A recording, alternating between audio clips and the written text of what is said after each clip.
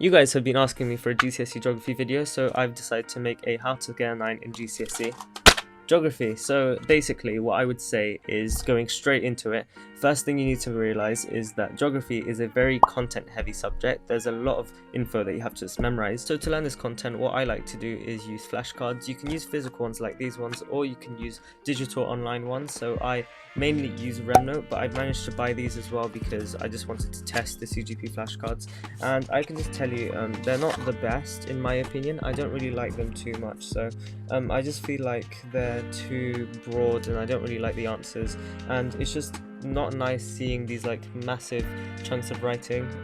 I don't know, I just don't like it, but I still occasionally do these flashcards time to time because why not? I bought them, I might as well. But I mainly use Remnote for my flashcards because it's just much easier. I don't need to carry these around everywhere. I can just do it on my phone or on my laptop or whatever. It's really easy and quick.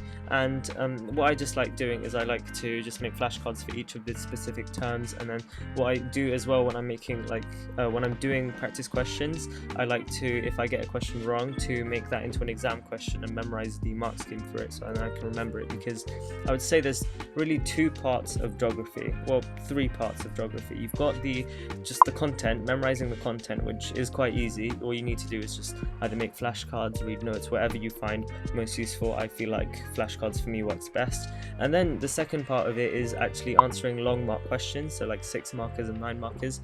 The way you can do that is you need to really first know your content, and you need to properly practice as much as you can, because to really get those high marks for those 9 markers, those 6 markers, you need to properly have a structure. So for 6 markers, I usually like to have 2 paragraphs, one explaining one point and then one explaining another. And what I do in these 2 paragraphs is, it depends on the topic, but I try to include case studies. So case studies is another part of GCSE Geography, which I hate. The only really part of geography that I hate is the case studies. That's literally it.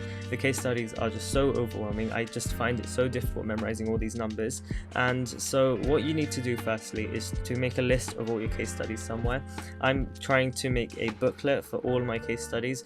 I haven't made it yet, but once I do that, then I can convert those into flashcards and then just memorize the case studies that way, because case studies is like the basis of your 9 markers and maybe even 6 markers as well. So you really need to know a lot of case studies inside out so you can get those high marks. You need to also be able to actually form paragraphs and make a conclusion, and that just comes with practice. The more practice you do, the more mark schemes you look at, the more times you ask your teacher, you're just going to naturally get better at that. It's just the case studies, in my opinion, that are most difficult. Then you've got a bit of maths as well in geography, but it's not too bad. You shouldn't really worry about it because it's mainly just stuff like work out the mean and things like that. It's not too bad. So in terms of websites, one website I find really useful is Cool Geography. Cool Geography is a nice website because it just has all your notes everywhere, nicely laid out, and it's got flashcards as well. I think it's got Quizlets at the bottom of everything, which is really useful because that way I can go over that when I'm done with a specific chapter. And they've already got a ton of case studies that you can look at, and then they've got all these information. You can just pick out a few and then put them into a separate piece of paper or a separate Google Doc or whatever, and then memorize that separately, because you don't need to know a bunch of statistics. You just need to know 1 or 2 from whatever you're doing, and then just continue to another case study and just do the same thing, because you don't really need to have a good 20 different statistics for one case study, because otherwise you're going to get really lost when you have to memorize all these case studies. There's so many of them, it actually gets hurts my brain sometimes. Another website I really recommend is PMT, Physics and Maths Tutor. It's if you haven't heard of it already, it is great. It's not only got the notes, it's also got flashcards. So if you don't like making flashcards yourself, just use their ones. It's really useful. I really recommend it, especially when you're trying to look at physical geography.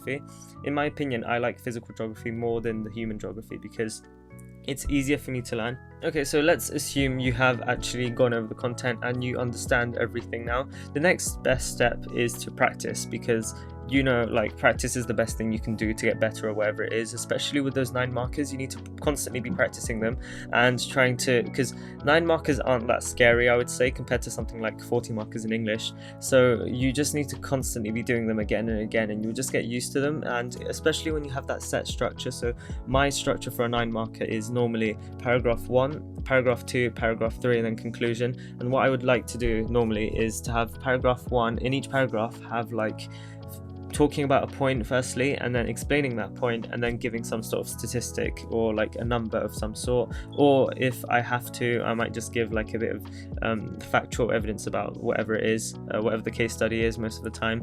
And yeah, it's really straightforward like that, because if you have that set structure, you can do it again and again for all sorts of different questions and just reapply it every single time. And I find that much easier than doing something different each time. So I'd say keep with the structure and stick to that structure, but if that structure doesn't work, then go to a different structure and keep with that one until you find something that does work for you, and then stick to that and make sure you continue doing it in that way, because you really need to focus on those 9 markers, because the 9 markers are where all the marks are really at. If you don't do as well on them, then you're just instantly going to lose a bunch of marks. So I'd say constantly be practicing them, and always just look over your topic tests as well. This is something that I don't really talk about that much, but it's really important to actually look at what you got wrong back in year 10 and back in, if you have all those tests. I like to keep all of mine just so I can see what I went wrong on, and it's also just extra practice. I can like block the answers and see if I still remember how to do the questions, and yeah, everything else should come nice and easily. But if it doesn't, just remember, even more practice. I am going to link a few workbooks in the description below if I can. To be honest, that's it. There's not really much else to talk about. I guess there's BBC Bite Size as well. You can look at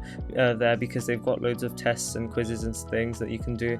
And apart from that, that is basically it for geography. I would say there's not too much, probably because if you look at my list of strongest subjects, geography is one of the more bottom ones, because even though I did get a 9 in it in the mocks, I still feel a bit uneasy with like the way the content is laid out. If you have any more tips, make sure you leave them in the comments below so we can all benefit from it, and I'll see you again next time. But before you go, as always, I like to give an exam question at the end of the video, and because it's a geography themed video today, here is a geography exam question, and make sure you try and do it. The mark scheme is going to be in a few seconds, so try and pause the video, see if you can do it. And yep, here's the mark scheme. I'll see you again next time. Make sure you subscribe if you haven't, and have a great week. The weather's looking really nice. Maybe go outside a bit, have a bit of like relaxation time, and make sure you actually revise as well, because GCSEs are getting really close. So yeah, if you haven't already, make sure you start revising. I do have a video on exactly the revision plan that you should do. If you haven't checked that out already, make sure you do. It's my most viewed video as of right now. Bye, that's it from me. See you next week.